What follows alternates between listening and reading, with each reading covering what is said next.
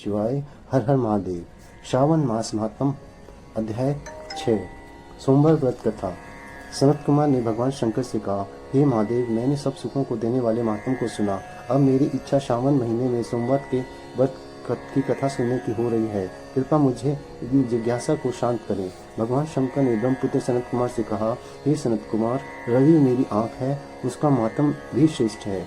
क्या मैं पार्वती सहित सोम महात्म का वर्णन कर पाऊंगा? मुझे सोम महात्म का जो वर्णन हो सकेगा उसे मैं तुम्हें बताने का प्रयत्न करता हूँ। चंद्रमा का दूसरा नाम सोम है। सोम ब्राह्मणों के राजा हैं। यज्ञ साधन सोमदत्ता का नाम है। अब तुम ध्यान पूर्वक इन नामों के कारण को सुनो।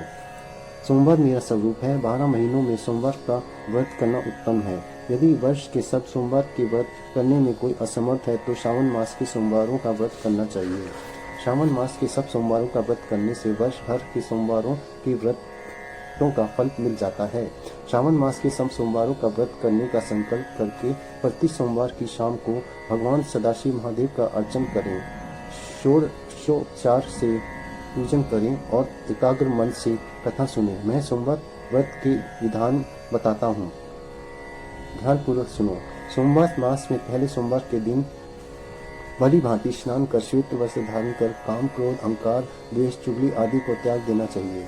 मालती, मलिका आदि के सफेद पुष्पों तथा अन्य पुष्पों से तथा अभीष्ट उपचारों से मूल मंत्र ओम नमः शिवाय या त्र्यंबकम मंत्र से पूजन करने चाहिए तथा हाथ जोड़कर भगवान भोलेनाथ का ध्यान करना चाहिए। उग्रनाथ, भव, शशि मौलिक का ध्यान करना चाहिए। देवेश का मनोहर उपचारों से अर्चन करें। इस व्रत के पुण्य फलों को तुम्हें बताता हूँ। सोमवार के दिन जो भक्त पार्वती सहित मेरी पूजा अर्चना करते हैं वे पुनरावृत्ति से सहित दुर्लभ लोक प्राप्त कर लेते हैं।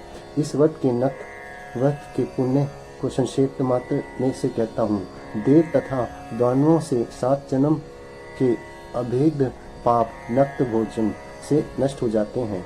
इस उत्तम व्रत को उपवास कर रखना चाहिए। इस व्रत के करने से पुत्र तथा धन दोनों की प्राप्ति होती है।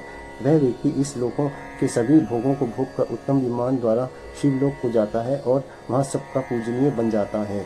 इस संसार को अपार जानकर, तन मन धन और चलायमान जानकर व्रतोद्यापन करना चाहिए। धन का लोभ तथा मन के मोह को त्याग कर अपनी शक्ति के अनुसार भगवान शिव पार्वती के वृषभ पर स्थित स्वर्ण की प्रतिमा बनानी चाहिए।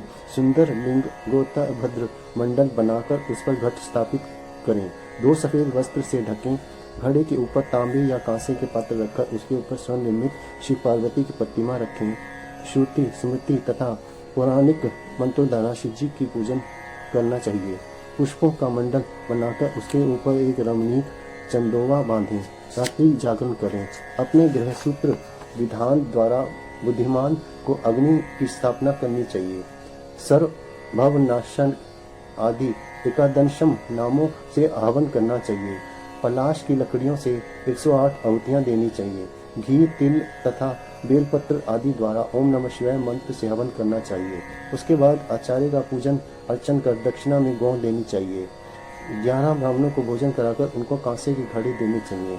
देवता पर चढ़ी सामग्री आचार्य को दें और प्रार्थना करें कि मेरा व्रत पूर्ण हो। इस व्रत से भगवान शिव प्रसन्न हो। आदर पूर्वक हाथ जोड़कर पहले ब्राह्मणों को फिर आचार्य को विदा करें।